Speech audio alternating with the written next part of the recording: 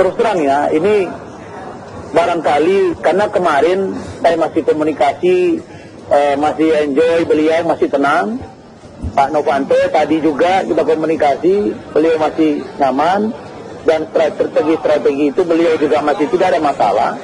Tetapi barangkali karena begitu gencarnya tekanan, sekali lagi kami pun menempuh cara-cara melaporkan katakanlah media, itu karena kami merasa betul bahwa kali ini betapa media itu kuatnya untuk menggempur seorang Setia Novanto.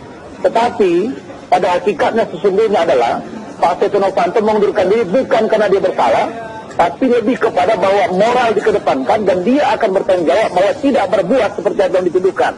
Seperti itu, Mbak. Oke. Apa tuduhan yang paling menekan klien Anda, Pak Setia Novanto, Bang Rasman? Pak Novanto mengatakan kepada saya bahwa sebenarnya beliau itu hanya bicara apa adanya. Tidak ada yang istimewa dari pembicaraan itu.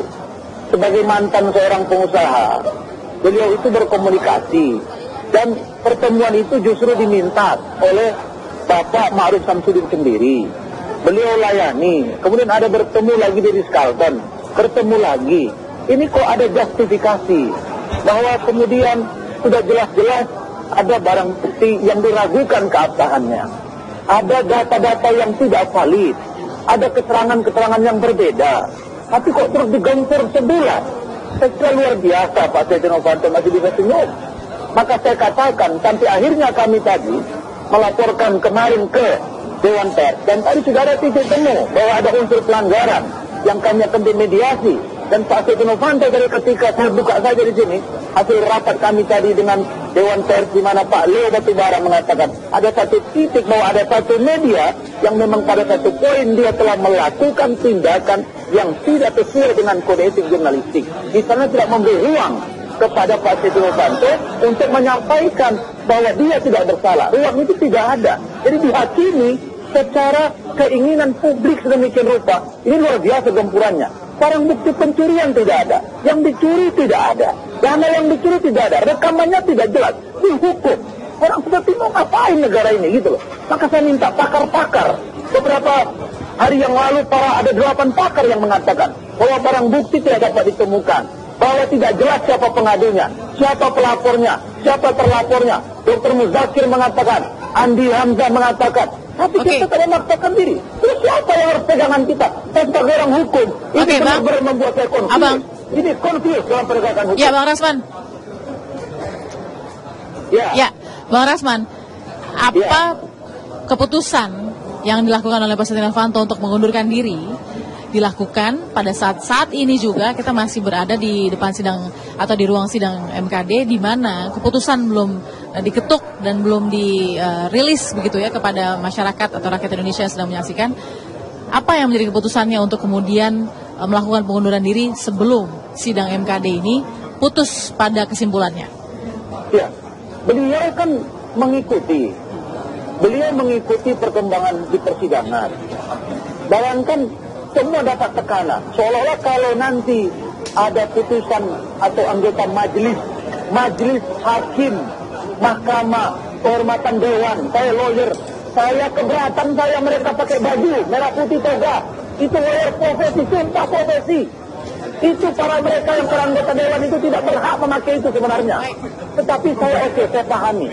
Tapi karena dalam masalah Mahkamah Konstitusi, kenapa Pak Novanto mengundurkan diri?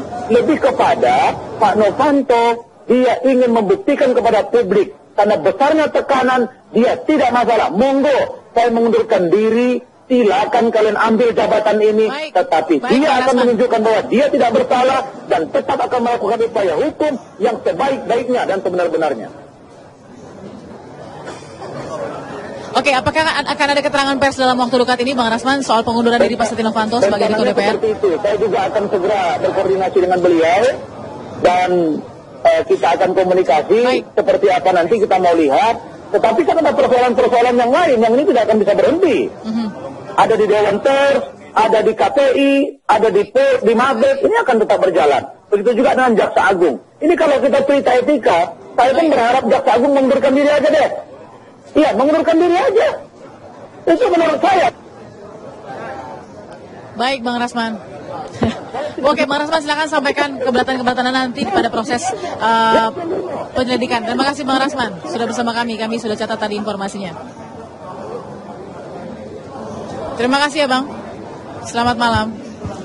Oke, baik, tadi ada informasi yang terbaru Bang Arim. Ketua DPR RI, Pak Setia Novanto, mengundurkan diri sebelum sidang selesai.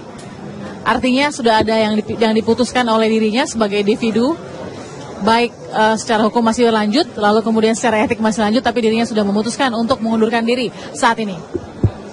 Ya, saya pikir itu sikap yang paling realistis ya, karena arah sidang etik ini kan mudah dibaca gitu ya. Dalam pertarungan sanksi berat ringan, ujung-ujungnya kan pemberhentian kan gitu ya, itu satu. Yang kedua, hikmahnya menurut saya, tentu saja tidak boleh membawa lembaga DPR ini untuk berlarut terlalu lama gitu ya, untuk membahas sesuatu yang bersifat internal gitu. Kita sebagai masyarakat justru ingin melihat kinerja Dewan yang lebih luas gitu. Justru dalam hal memastikan bagaimana peraturan perundang-undangan yang mengatur tentang ketentuan kontrak ini diawasi oleh diri. Jadi jangan menguras energi terlalu banyak. Saya Bang Arim, sidang masih berjalan untuk memutuskan sanksi. Tapi orang yang dilaporkan sudah mengundurkan diri. Manfaatnya? Ya sebenarnya kita tidak bisa menilai sebuah pekerjaan itu dari hasil yang dipanen ya. Betul, proses juga. Dan bibit yang ditanam juga ya gitu. Jadi menurut saya ini bisa saja Setia Novanto juga mengambil sikap berdasarkan pembacaan atas proses ini, termasuk hasil yang diperkirakan seperti apa gitu. Baik, kita jeda dulu sesaat lagi ya, Pak Karim ya. Tetap bersama kami di Breaking News TV One pemirsa.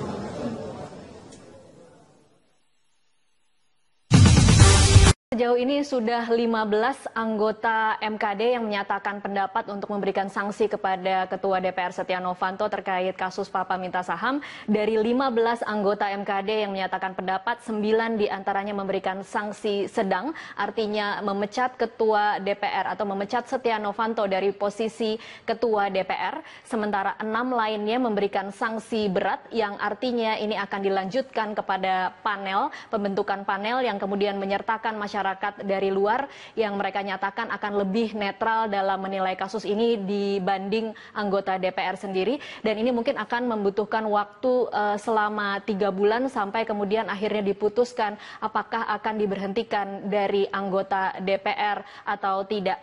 Dari 15 anggota MKD yang sudah memberikan pendapatnya, yang memberikan sanksi berat adalah Dimyati Natakusuma dari fraksi P3, kemudian dari PDI Perjuangan M. Prakosa, Sufmi Dasko dari fraksi Gerindra, kemudian Supratman dari fraksi Gerindra, Adis Kadir dan juga Ridwan Bae dari fraksi Partai Golkar memberikan sanksi berat. Artinya sampai saat ini ada 6 orang yang memberikan sanksi berat dan juga 9 lainnya memberikan sanksi sedang. Dan pemirsa, kita akan mencoba bergabung dengan reporter Berita 1 TV yang saat ini berada di gedung DPR MPR Senayan, Jakarta. Ada Andika Perdana di sana. Andika, bisa digambarkan bagaimana situasi di sana? Tinggal 2 orang lagi yang harusnya memberikan pendapat tetapi kemudian diskors untuk sholat maghrib. Ya baik Tasya, dan dengan perkembangan yang terjadi hingga saat ini di MKD DPR, kita sudah melihat dan menyaksikan dan bisa menyimpulkan di mana dari hasil tadi sidang yang digelar dengan menyampaikan pendapat dari anggota MKD yang hadir di sini, yang dapat disimpulkan ada pola di mana partai pendukung Setia Novanto baik dari Golkar, Gerindra, P3 menyatakan pelanggaran berat yang untuk membentuk panel, lalu partai yang awalnya dan masih bersikap tidak mendukung terhadap Ketua DPR Setia Novanto seperti PDIP, Nasdem dan yang lainnya menyatakan pelanggaran sedang dengan tidak membentuk panel. Nah, ini adalah tadi kami sempat juga berbicara dengan pengamat politik Yunarto Wijaya bahwa ini adalah satu hal yang harus disikapi oleh publik dengan kritis, di mana ia menyampaikan dari partai pendukung Setia Novanto yang menyampaikan perlu dibentuk panel. Kami juga akan mengajak Anda untuk melihat situasi terkini di sini. Di mana kami lanjutkan kembali. Menurut pengamat politik tersebut bahwa dengan adanya pelanggaran berat yang ditetapkan oleh partai-partai pendukung Setia Novanto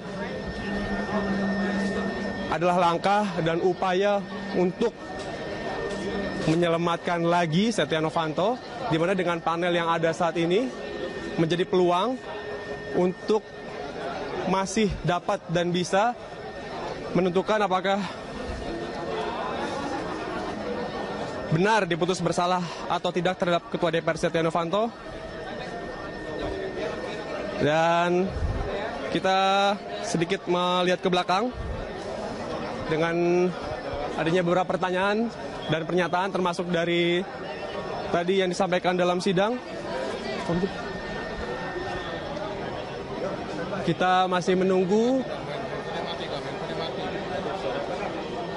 nanti beberapa pernyataan yang akan disampaikan lagi oleh anggota MKD DPR.